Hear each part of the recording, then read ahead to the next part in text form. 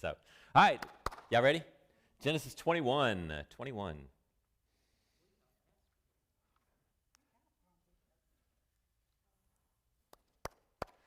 We didn't even have to yell for Ashley to come in, so I'm going to hear it on that one. All right, Genesis 21. We said last week Abraham and Sarah were visited, all right? And the message was given to them what? You're going to have a son. Congratulations, 90-year-old Sarah, you're going to have a son. And to what is the reaction of the 90-year-old and actually the 100-year-old or almost 100-year-old? What was it? Laughter, which I just think is the funniest thing because God picks up on this and does what? That sounds like a good name.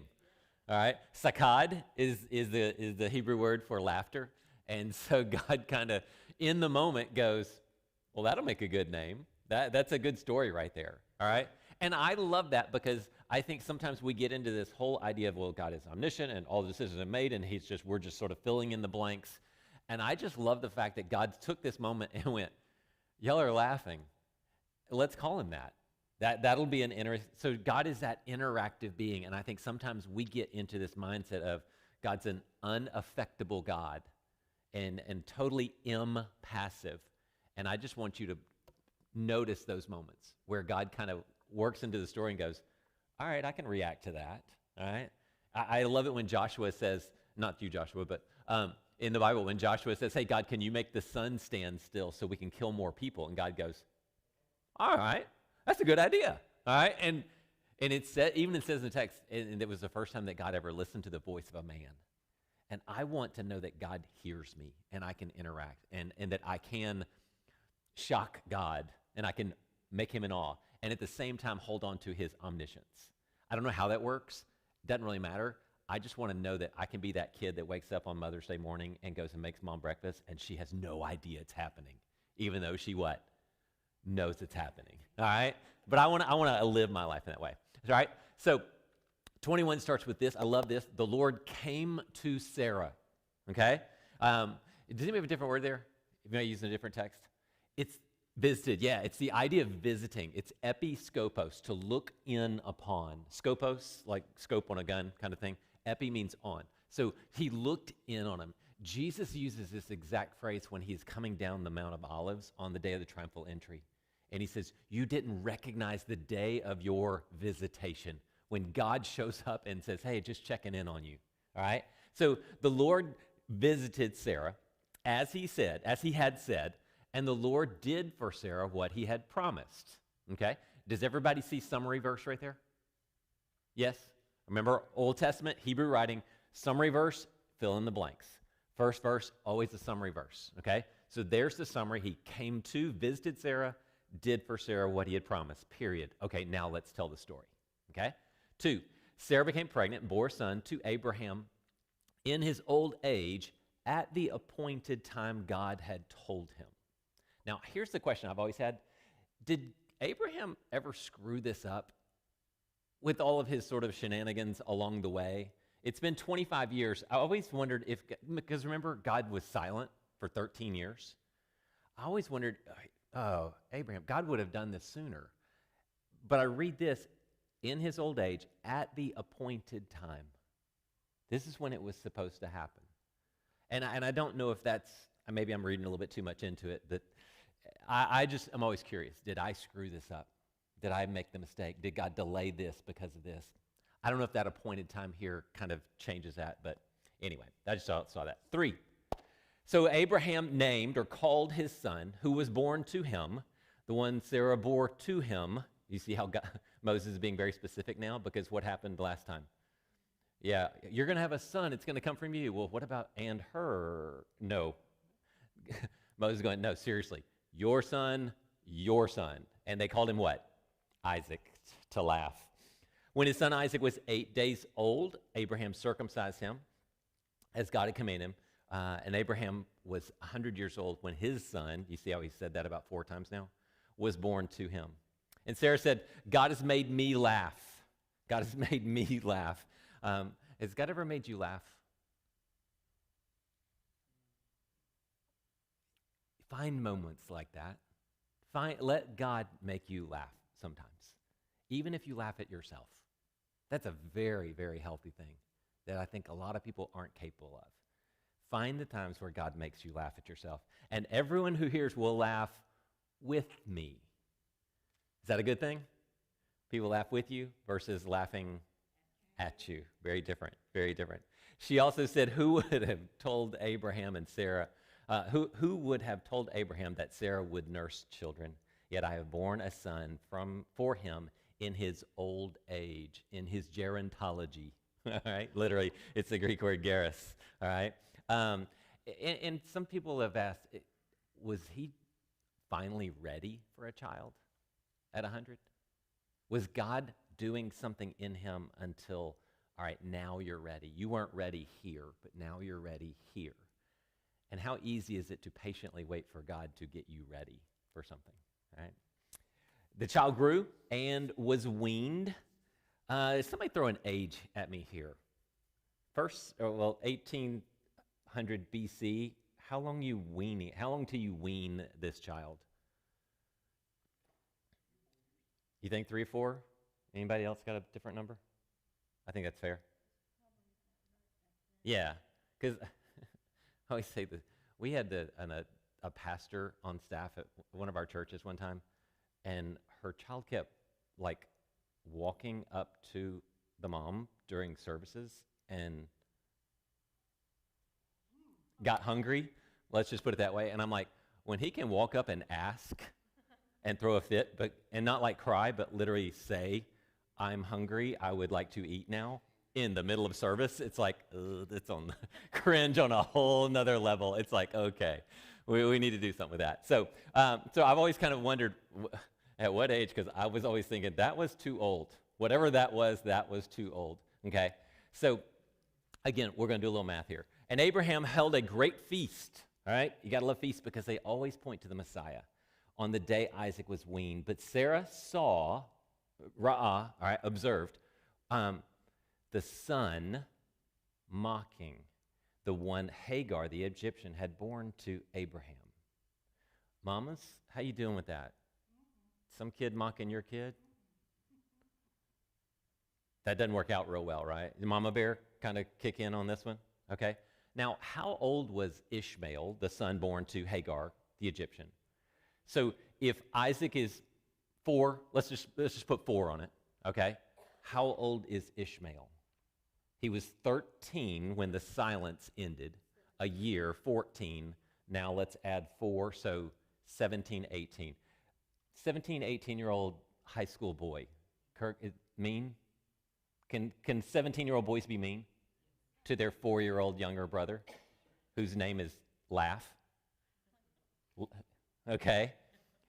And he starts doing what? This word mock. Does anybody have a different word there? But verse 9 says, but Sarah saw the son mocking. Anybody have a different word? What do you have?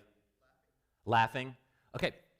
Interesting thing. This is the word that's used to describe what the children of Israel were doing with the golden calf. Okay, I want you to just hold on to this. So they're there. It's translated as playing or games or gaming, all right? And so it's laughter, it's gaming, it's having a good time. Now, is having a good time a sin? Having a good time at the expense of God's honor? Golden calf, y'all with me? Were they having a good time with the golden calf? Was it joyful? Was it a celebration? Absolutely. But they were doing it to honor this golden calf. Now, how does God feel in this moment? How did God react to the golden calf? Was that a, whoo, oh, they're having fun, leave them alone? No, that was a problem, okay?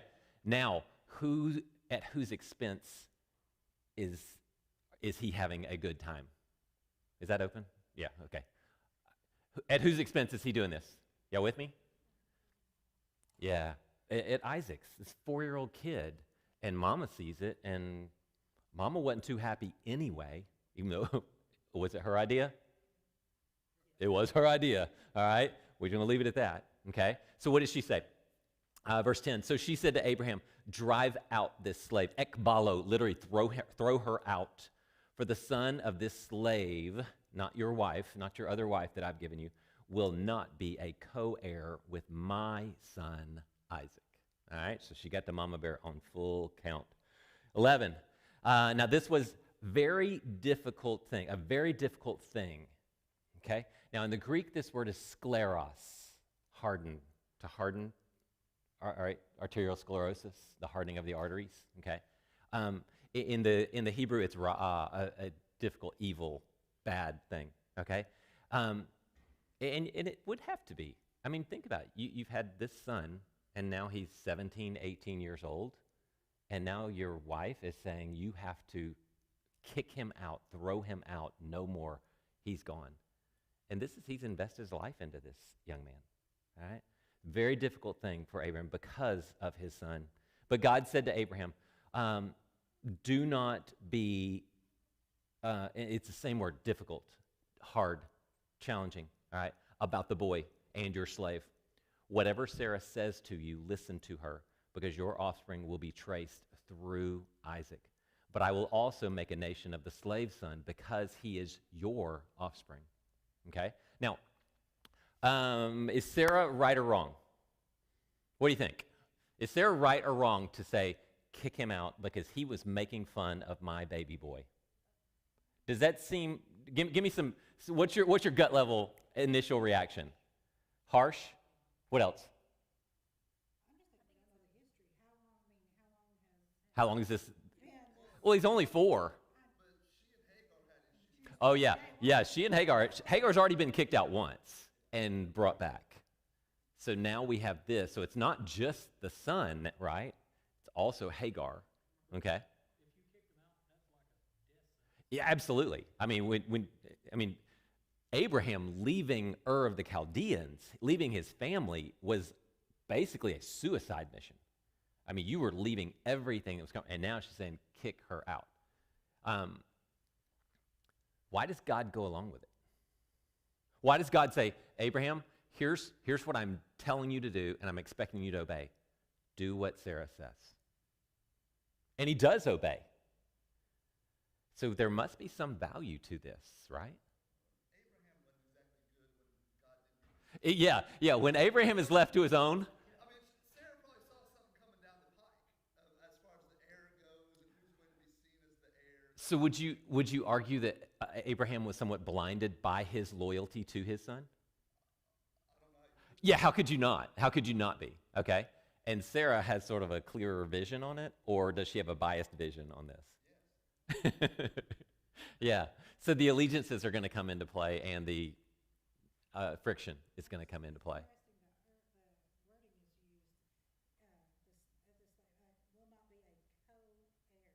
Yeah. Yeah.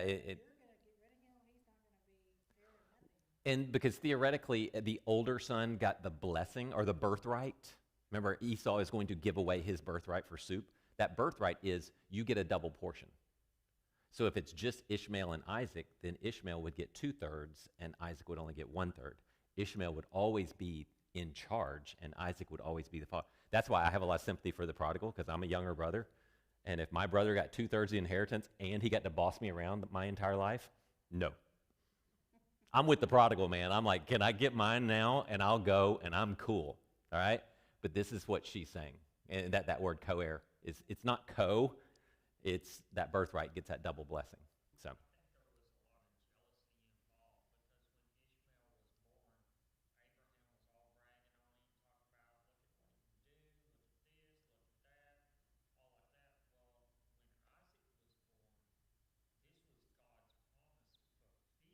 Yeah.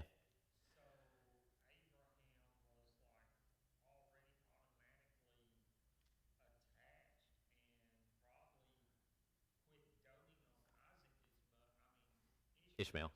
Right.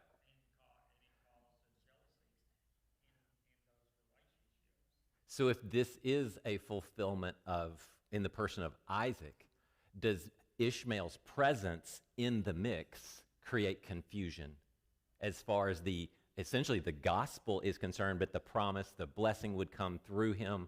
And if Ishmael is there, does this create, well, through whom? Which one? We basically have a whole religion called Islam that says what? It wasn't Isaac that was the blessing, it was Ishmael. And they have literally flipped the script on this to make Ishmael the chosen one.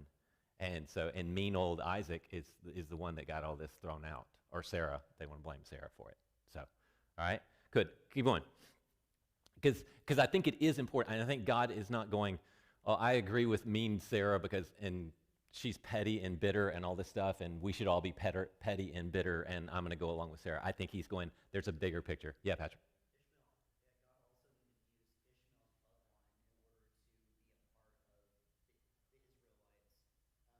Their story. Yeah. Yeah. And it is amazing that God continues to use situations that were not ideal in the time to bring about his plan, especially with Joseph being sold to the Ishmaelites and all these things and interact, and even today, bringing about the end times, I think. All right, 14, early in the morning. Abraham likes to get up and do things early in the morning, especially things he doesn't want to do. All right, Abraham got up, took bread and a water skin, put them on Sarah's shoulders, and sent her and the boy away. He apostled her, apostello. She left and wandered, planeo, just wandered around in the wilderness, which is a really bad idea, right? Because what does a woman with a 18-year-old son do in the wilderness with just a limited amount of bread and water? Eventually they die, all right? 15, when the water in the skin was gone, she left the boy under one of the bushes. Then she went and sat down nearby, about a bow shot away, for she said, I cannot bear to watch the boy die. So as she sat nearby, she wept loudly. And this is a word actually to cry for help, a boeo, all right, in the Greek. She cried out for help. 17, I just like this part. God heard the voice of the boy, all right? You would think God went, okay, never mind, you're done, you're off the scene, I have nothing to do with you, and I'm just focusing on Isaac. But no, he still hears the voice of everyone. When John 3:16 says, for God so loved the world, it doesn't mean the people in churches. It means he loves the world. He loves every single person you interact with all day long, every day, all right? But he heard the voice of the boy, and the angel of God, interesting little phrase right there, called to Hagar from heaven and said to her, what's wrong? What's kakos? What's the harm? What is harming you, Hagar? Don't be afraid, for God has heard the voice of the boy from the place where he is. Get up, help the boy up, literally take hold of his hand and support him. For I will make him a great nation. Then God opened her eyes, and she saw a well of water. So she went and filled the water skins and gave the boy a drink, and God was with the boy. Now, that's a really interesting phrase that's used throughout the Old Testament with characters in the Bible who God is supernaturally present with over and over. Joseph gets this a lot. David gets this a lot. Daniel gets this a lot, that God was with them. God was with them. Very deliberate in this. So God hasn't abandoned them. God was with the boy, and he grew, settled in the wilderness, and became an archer. God gave him a particular ability so that he could do what? Provide for himself. Again, God does not abandon them. God continues to maintain this relationship. He settled in the wilderness of Paran, and his mother got a wife for him from the land of, Egypt. Now, it's not a surprise because Hagar is from where? Egypt. But what do we know from the text? What happens when we go to Egypt? What is that always implied? Suffering generally takes place, but it's always a moment where don't rely on God, let's rely on Egypt. So we all have that in our life. We all have our backup plan when God doesn't come through and God doesn't do what we wanted him to do, and we have to trust him. We all have an Egypt that we have a tendency to run back to, and this is exactly what she does. All right? Now, here's what I want you to think about. How many opportunities did Hagar, Ishmael have to bless Abraham, Sarah, and now Isaac? How many opportunities did they have? Hagar, when she does get pregnant and has a child, what does she do? She becomes a brat. And she starts to tease and mess with Sarah to the point where Sarah's like, she's got to go. When she could have done what? We always choose how we behave. We always choose the things we say. And what does she choose over and over? Ishmael. What could he have done? God has truly fulfilled his promise to my father and his wife Sarah, and I rejoice with those who rejoice. But yet what does he do to the child? The one who is the progenitor of Christ, the one who is going to be the seed, the offspring that will lead to Christ. What does he do with him? Same thing they did with the golden calf. So do you see the opportunities he had to bless? And yet what does he do? And in the end, she could have gone, I'm going to go get a husband or a wife from the family of Abraham so that I could be in on the blessing. But what happens? Hagar curses Sarah, Ishmael curses Isaac, and then she ends up going and getting a spouse from Egypt. And I want to argue, I think God was protecting the gospel story so that it would not get muddied with this other son in the mix. Even if it would have been a good thing for them, that Ishmael had blessed them, and Ishmael would have been blessed within that, I think it would have muddied the waters far too much. And I think God was going, no, I've got to separate this out. And I think their actions led to even more distinct separation. So, okay? All right, everybody good with that? Really odd little story here. At that time, Abimelech, which means the king is my father is the king, accompanied by Phicol, the commander of his army, said to Abraham, God is what? With you. See that? See that again? All right. God is with you in everything you do. Swear to me by God here and now that you will not break an agreement with me or with my children and descendants, as I have been loyal to you. This is the word hesed. We've talked about this word, an undeserved love, just a faithful love. As I have been lovingly, faithfully loving to you, so you also be faithfully loving to me and to the country where you are as a what? A foreign resident. Has he not bought a house yet? I mean, how long has he been in the land? Isn't it time for him to buy a house, settle down, quit riding around in a tent? What was the conditions of the promise given in Genesis 15? For 400 years, you will be what? A sojourner. All right, a foreigner, a gur. All right, you'll be a gur for 400 years, and in that time, you will be enslaved and oppressed. So we see this reminded us again and again. He did not have any possession of the land. He was always a foreign resident. He was always someone just sojourning through the land. Okay? 24, and Abraham said, sure, I swear it, done, good deal. 25, but Abraham complained, rebuked Abimelech because of the water well that Abimelech's servants had seized or stolen. Abimelech replied, I don't know who did this thing. You didn't report anything to me, so I haven't heard about it until today. And so they try to settle this. So 27, then Abraham took sheep and cattle and gave them to Abimelech, and the two of them made a covenant. All right, that's kind of the point of this story. They're going to make a covenant to resolve something, to settle something. And Abraham separated 7 ewe lambs, small female lambs, from the flock. And Abimelech said to Abraham, why have you separated these 7 ewe lambs? Okay, he replied, you are to accept the 7 ewe lamb from my hand so that this act will serve as a witness that I dug this well. So I really like this because Abraham does what? He takes some of his possessions, and that well that he dug, he said, I want to settle this. I want us to agree. I want us to get along. So I'm going to take part of my possessions, take the hit.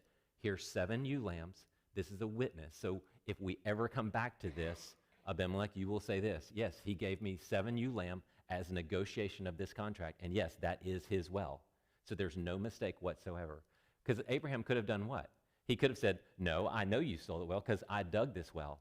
And I'm just going to dig my heels in and demand that you respect what I said. But Abraham doesn't do that. What does he do? He proactively goes and says, I will take a loss here so that we get along. Easy, right? Exactly what we all do when someone's been harmful to us. It's right out of 1 Corinthians, folks. Paul says it real easy. You got lawsuits amongst yourself. You're arguing amongst yourself. Why not just take the hit? You're revealing yourself in public. Why not just take the hit? And I love what the Abraham does here. And then in 23, I'm sorry, let's finish this. 31. Therefore, that place was called Beersheba, which means the well of oaths, because it was there that the two of them swore an oath. After they had made a covenant at Beersheba, Abimelech and Phicol, the commander of his army, left and returned to the land of the what? Philistines. which is what we call today Gaza. So think about this. How often have the Israelites tried to make covenants with the people of Gaza? And yet what's happened? They're still doing it, still doing it. 33, Abraham even planted a tamarisk tree, which is a sign of peace, in Beersheba, and there he called on the name of Yahweh, prayed to Yahweh. This is a beautiful thing. The everlasting God, the El Olam. And Abraham lived as a what? Foreigner, here we go again, in the land of the Philistines for many days. And after these things, God tested Abraham and said to him, Abraham. And he said, here I am. Behold, me. All right, hello, that's me. All right, now let's stop here for a second. Tempt and test are the exact same word in the Greek, okay? It's the Greek word pyrazo, so you can use the word tempted or tested. So Jesus was in the wilderness 40 days where he was tempted or tested? Yes, tempted or tested, all right? Pass, fail, okay? He was tempted. It just depends on what the context is when you describe this. We don't say God tempted someone to do evil because, James literally says that doesn't happen, all right? But he does test us. Now, this is a rare occasion. There's one other time in Exodus where God does test the people of Israel. But really, this is pretty much the only time. Why? Because how often does God need to test something to see if it's true or false? Generally doesn't, because why? He already knows, okay? But this is one of those rare occasions that we kind of get this sort of almost like a suspension of his omniscience. And I don't want to imply that he does that. I'm just saying in my human brain, that's the only way I can kind of process this. So I have to let him suspend his omniscience so that I can understand the story fully, okay? Again, kind of like Mother's Day breakfast thing, okay? So he tested Abraham. It's Abraham, here I am. All right, watch this. Take your son. Now, what's not in your text is the word now or maybe politely please. It's a request. This is not an imperative. This is a request, all right? So take your son at this time, and it politely would be please. Your only son, Isaac, whom you love. Does that language sound familiar? I hinted at this Sunday. Does that sound like a verse like John 3:16? Yeah, for God so loved the world that he gave his what? Only begotten son. Almost the exact same wording right here, okay? Very, very, very similar. Go to the land of Moriah, all right, and offer him there as a burnt offering on one of the mountains I will tell you about. And of course, as a good dad, what do? Verse 3, so Abraham got up early the next morning. I joke that he was just trying to avoid Sarah because you don't get up and go, hey, what y'all doing today? Well, thought about going 3 days away to the land of Moriah and offer your son, the one you waited for 90 years, as a burnt offering. Okay, and we'll get into what that means here in just a second. He saddled his donkey and took with him 2 of his young men and his son Isaac. He split wood for the burnt offering and set out to go to the place, Moriah, that God had told him about. And on the 3rd day, Abraham looked up and saw the place in the distance. I don't know if it was glowing or if there was like a big arrow of you are here or come here or whatever it was. He just knew. Then Abraham said to his young men, stay here with the donkey, and the boy and I will go over there to worship, and then we will come back to you. What's he doing? Is he lying? Is he hoping? I think he is hoping because he's got to go home to Sarah at some point. All right? What's he doing? Does he tell the young men, hey, I'll come back? I don't know. Isaac won't be coming back with me. That'd be a rather awkward conversation, okay? 6, Abraham took the wood for the burnt offering. This is such a cool foreshadowing right here. And does what with it? Lays it on the back of the son. Yeah. So he goes up the mountains of Moriah with the wood literally on his back. All right? And what's the son going to do? The innocent son is going to die for the sins of his father with the wood on his back. That's why I'm like, y'all, there's just too many foreshadowings in the Bible to just ignore this, all right? So he has the wood on his back, and in his hand he took the fire and the sacrificial knife, and the 2 of them walked on together. Then Isaac spoke to his father Abraham, and we don't know how old he was. All we know it's the word child. It's na'ar in the Hebrew, so it can be up to about 20 or as young as like 2. So obviously he's old enough to walk with wood on his back. He's obvious enough to understand, hey, there's knife, there's fire, there's wood, there's no lamb, okay? So you can guess, 10-ish, maybe, who knows. Says, my father. And Abraham replied once more, here I am. Okay? We're going to do this 3 times. 3 times it's going to be asked something to the effect of, hey, Abraham, yes, here I am. Here I am. I love that he is present in this moment, that it's 3 bold statements of, behold, I am here. Look, I am here. I haven't run away. I haven't gone anywhere. I'm standing right here in the midst of all this, and I'm not going anywhere. And again, when we talk about God testing him, what does he prove? I'm not going anywhere. I trust you. I'm staying right here. I'm not running away. I'm not retreating. Here I am. So this is the 2nd time he says that, here I am. Here I am, my son. And Isaac replied, the fire and the wood are here, but where is the lamb for the burnt offering? Abraham answered, God himself will provide the lamb for the burnt offering, my son. Then the 2 of them walked on together. Once more, we get that phrase. When they arrived at the place God had told him about, Abraham built the altar there and arranged the wood. Now, you need to kind of pause a little bit, or when you read the Bible, you need to find places to go. I need to stop here, because if I keep going on this, I'm going to read it too fast. So think through this again. When he arrived at the place God had told him about, Abraham built the altar there. Is Isaac freaking out at this point? He's just watching. Dad's building an altar. He's got all the stuff, and he's getting rocks and all this stuff. He may have very well been helping, right? Everybody with me? And then he arranged the wood. Again, where was the wood? It was on Isaac's back, and now he's helping. And that's why I say you need to kind of slow down right here, because the next step is what? He bound his son. Now, at some point, building the altar, arranging the wood, you're kind of having fun with this. You're enjoying this. I'm helping Dad. And then all of a sudden, he does what? He ties your hands. And then what? And placed him on top of the wood. Now, I don't know how old Isaac was, but if my dad's 100, 110 at this point maybe, and I'm 10, he ain't catching me, okay? So I don't know if Isaac is going along with this. We just don't know. And what you do, and here's what I would encourage you to do. Moses is writing this. Everybody with me?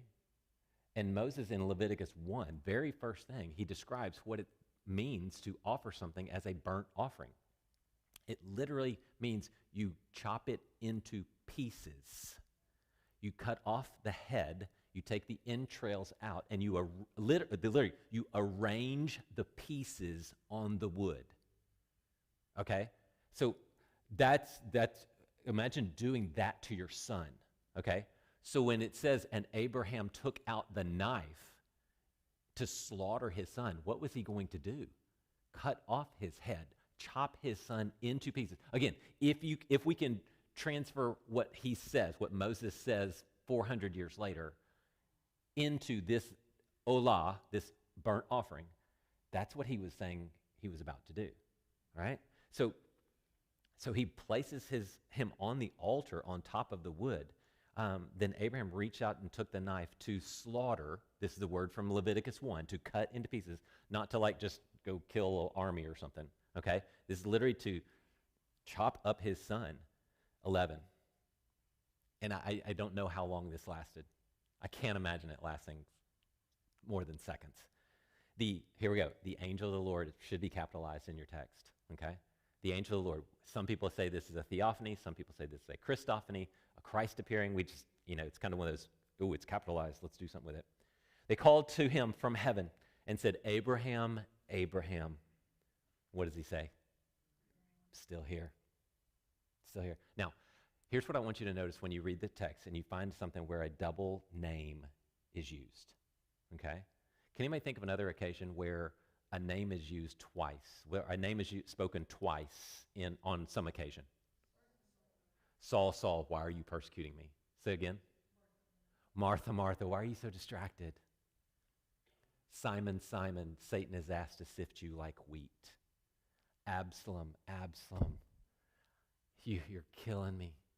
You, the double name in the Aramaic, all right, especially in the Aramaic, the Hebrew is not as clear, is always a voice of sort of fatherly concern. So I know a lot of times we read the Road to Damascus episode and it's like, Saul, Saul, why are you persecuting me? He's like yelling at him. No, it's a very kind, it's the Martha, Martha. You're so distracted when I had something better for you. Simon, Simon, Satan has asked to sift you. Stay with me. Stay with me. So it's a very compassionate thing. So Abraham, Abraham, here I am. Then he said, do not lay a hand on the boy or do anything, for now I know, interesting phrase right there, because can God know something now? Can an omniscient God know something now? He's always known it, right? Again, that's why I say you kind of have to suspend that omniscience to kind of get the full effect of the story. For now I know that you fear God. This I love. This is one of my favorite Hebrew words, Yahweh. Yahweh is this word where you're just overwhelmed by emotions as you sit under a God that is so much bigger than you. Just such an amazing word.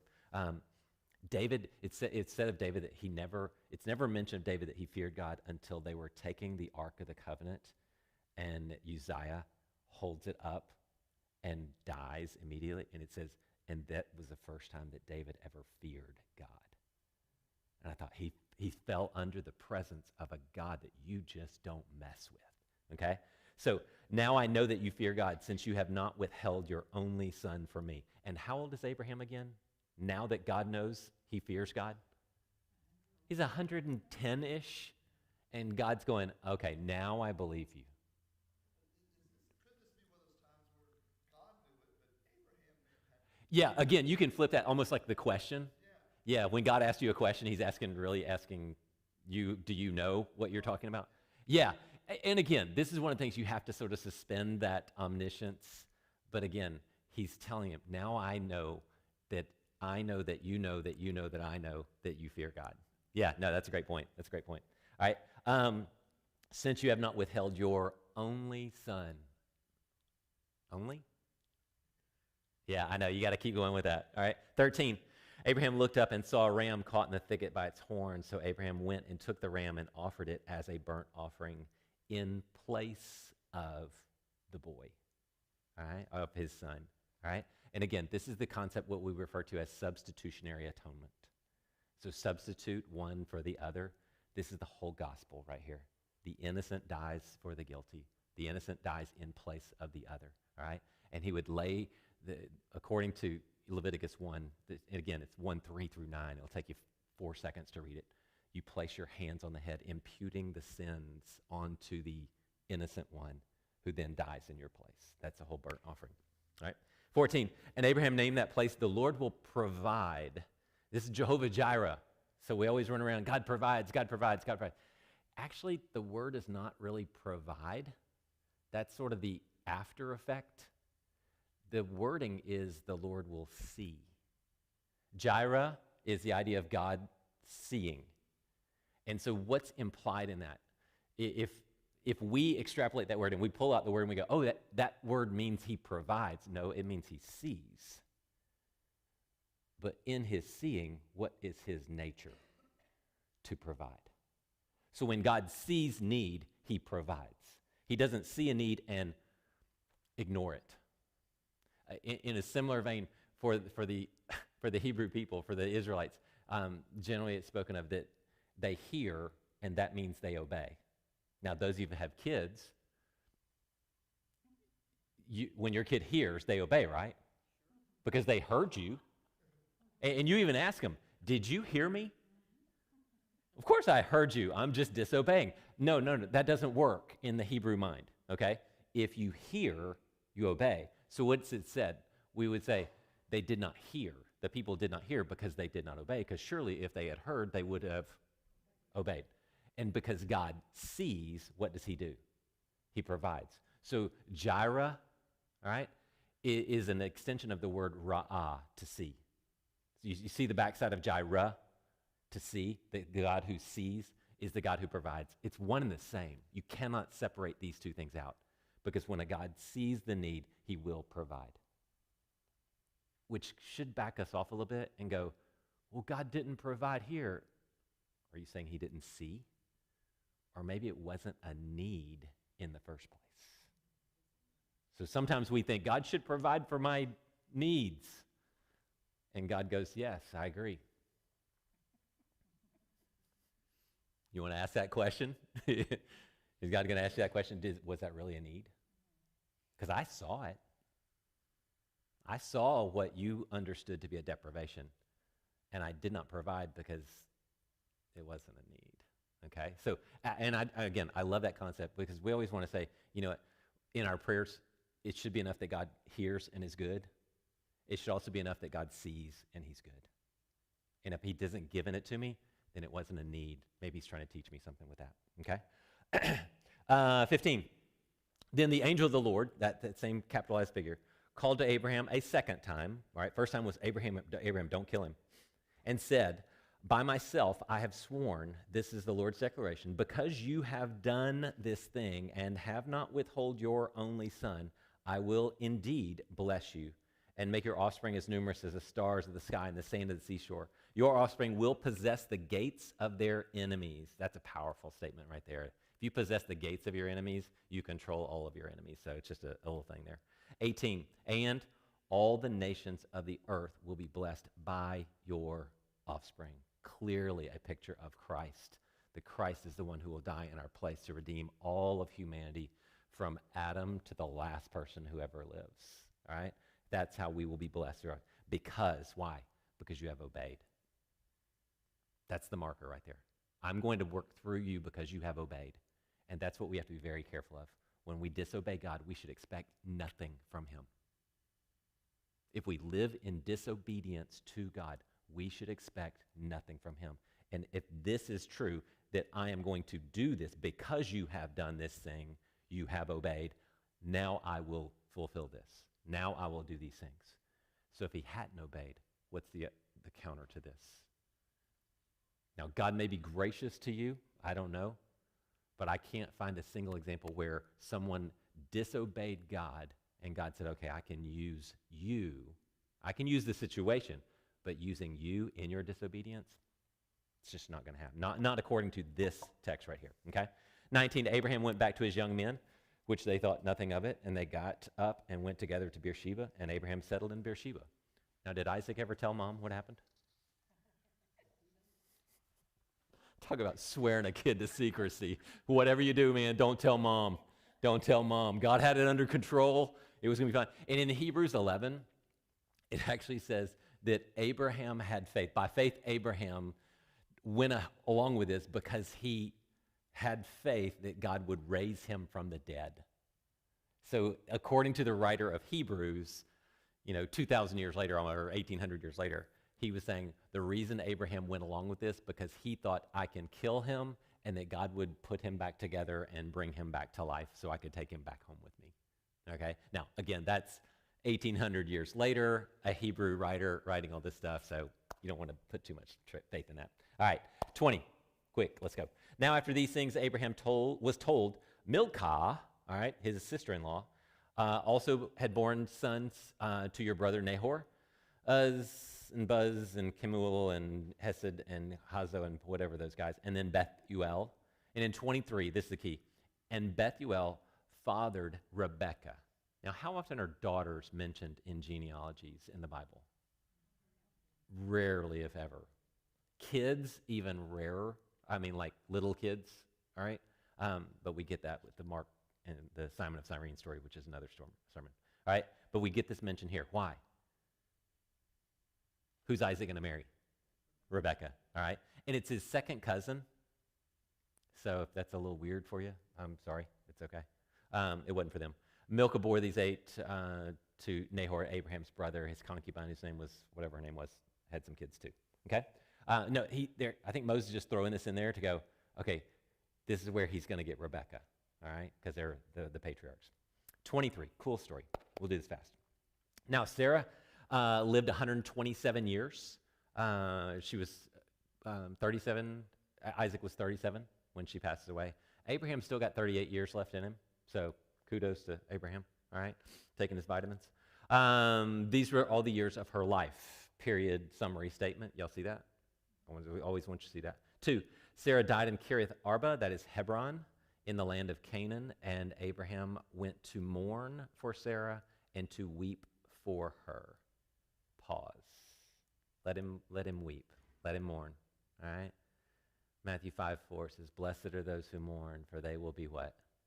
Comforted. Let parakaleo, God will pull up a chair next to you and sit down with you and speak kindly to you. And I always encourage people when they lose someone, mourn well. Let God pull up a chair, because when we don't mourn, what happens? We go, no, I'm fine, no, I'm fine, no, I'm fine. God's sitting there waiting to comfort you. Parakaleo, sit next to you and call out to you. And you're just going, no, I don't want it, I don't want it, I don't want it. So I always say, just sit, just mourn. And it doesn't have to be somebody dies. Just mourning can be in anything. Just mourn well so God can encourage you. So that when you get up from this, now you're encouraged by the voice of God, not by some Hallmark card or something like that, okay? Because those are great. Now, have we paused long enough? Next line. Then Abraham did what? Got up. You see that? You see that rhythm? Death, something, mourn, let God come next to you, and then what? Get up, okay? Then Abraham got it. Yes, exactly. David does the same thing. Then Abraham got up from beside his dead wife and spoke to the Hittites. I am a foreign resident, Gur still, right, among you. Now, he's going to use this word Nathan, or Natan. We get our word Nathan from this. You may know somebody that named Nathan. Their name literally means gift or to be given something. If you know somebody named Didomi, which would be rare, that's the Greek version of it. So any Didomis in the crowd? No. Nathans? Yeah, we get Nathans because that means this is a gift of God, okay? So he's going to use this word Natan or Nathan over and over, but what he's not saying, give it to me for free. So don't read that into it as we go through this.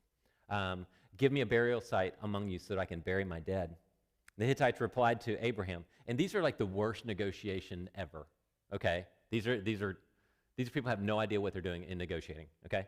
The Hittites replied to Abraham, listen to us, Adonai, Lord, important one. You are God's chosen one among us. Literally, you are a prince among us. We recognize that you are one of God's princes, just because he had that much weight to him. Bury your dead in our finest burial place. None of us will withhold from you his burial place for burying your dead. Then Abraham rose and bowed down, because he's nice, to the Hittites and the people of the land. He said to them, if you are willing for me to bury my dead, listen to me and ask Ephron, son of Zohar, on my behalf, verse 9, to give, Natan, give me the cave of Machpelah that belongs to him at the end of his field. Let him give it to me in your presence. And here's the kicker. For what? For the full price as a burial place. Okay? So are you seeing how bad the negotiation is right here? Hey, I need to bury my wife. Can somebody give me the field? Sure, take it. It's yours. None of us is going to withhold our favorite burial place from you. All right? And again, I heard somebody just said it. Our burial place. Okay? That's going to be the trick here. So what does he say? Thank you for being so gracious, but if Ephron is in the house, I would love to be given his field, but I insist on what? Paying for it. Again, this is the worst negotiation ever. No, you want to give it to me? No, I insist on paying you on it. Okay? And it's sort of this polite little chip, what is it, the two squirrels or whatever. No, after you. No, after you. No, seriously, after you, kind of a thing. It's back and forth. 10. Ephron was sitting among the Hittites. So in the presence of all the Hittites who came to the gate of the city, Ephron the Hittite answered Abraham, no, my lord, my Adonai, my master, listen to me. I give you the field. Natan, I give it to you. It's a gift. I give you the cave that's in it. I give it to you in the presence of my people. Bury your dead. All right? Can he be more clear? Just take it. It's yours. Take it. Abraham bowed down again, because he's nice, to the people of the land and said to Ephron in the presence of the people of the land, please listen to me. Let me pay the price of the field. Accept it from me and let me bury my dead there. Now, is Abraham going to bury his dead there without buying it? What kind of feel are you getting in the negotiations here? Is Abraham ever going to go, okay, and bury his wife there in their burial place? Why would he not do that? They're being so nice. Why would he not bury his wife in their burial place? Am I saying that emphatically enough? His wife in their burial place. He wants to own it. Why? Because this is his wife. And this is his possession. And this is his, and it's not only going to be her burial place, it's going to be his burial place. It's going to be Isaac and Rebekah's. It's going to be Jacob's. And oddly, it's going to be Leah's, not Rachel's. Rachel dies in childbirth, remember, and she's buried near Bethlehem. Okay? He's not going to give in. He's just not. And I love this about him. 14, Ephron answered Abraham and said to him, my Lord, listen to me. A land worth 400 shekels of silver? What is that between you and me? Bury your dead. Abraham agreed with Ephron. He went, okay, 400, deal. All right? Weighed out to Ephron the silver he had agreed in the presence of the Hittites, 400 shekels of silver at the current commercial rate. I'm sure that's not a Hebrew phrase right there at all. 17, so Ephron's field at Machpelah near Mamre, the field with its cave and its trees anywhere within the boundaries, the perimeter, literally the perimeter of the field, became, very key word here, became Abraham's possession. Now, isn't he a foreign resident? Isn't he a sojourner? Does he own land? Does he own a home? Does he own anything permanent? No, but now he does. And what is it? The burial place. Okay? And you buy a burial place because that's where you want to set up. Ash and I have argued constantly, where are we going to be buried? We've traveled around and done everything so much. Everybody's like, where's our tombstone going to be? And I'm like, I don't want no tombstone. I don't need no tombstone. Just cremate me and throw me on a beach somewhere, and I'll be happy.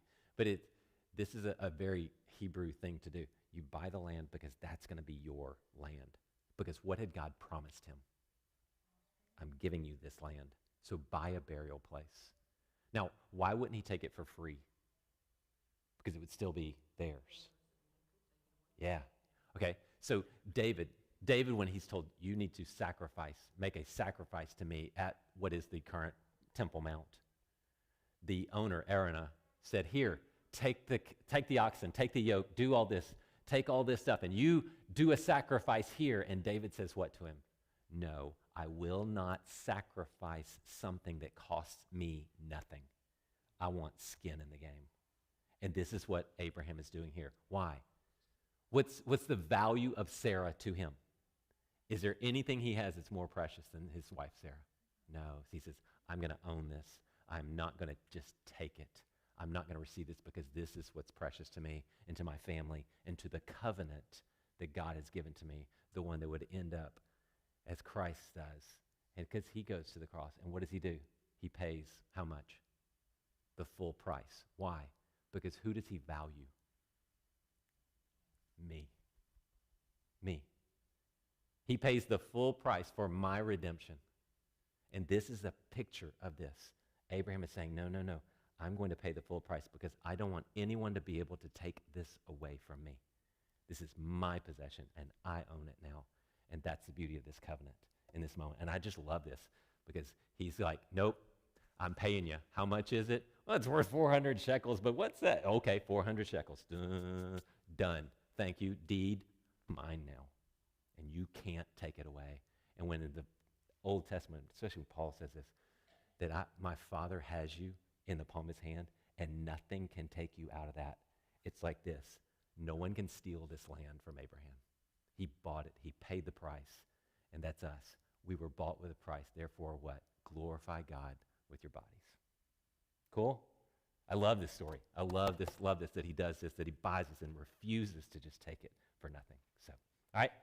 Good? Any questions, thoughts, anything? Good? Good to go? All right. We'll keep rolling. We'll keep rolling next week. We got to kill off Abraham eventually here.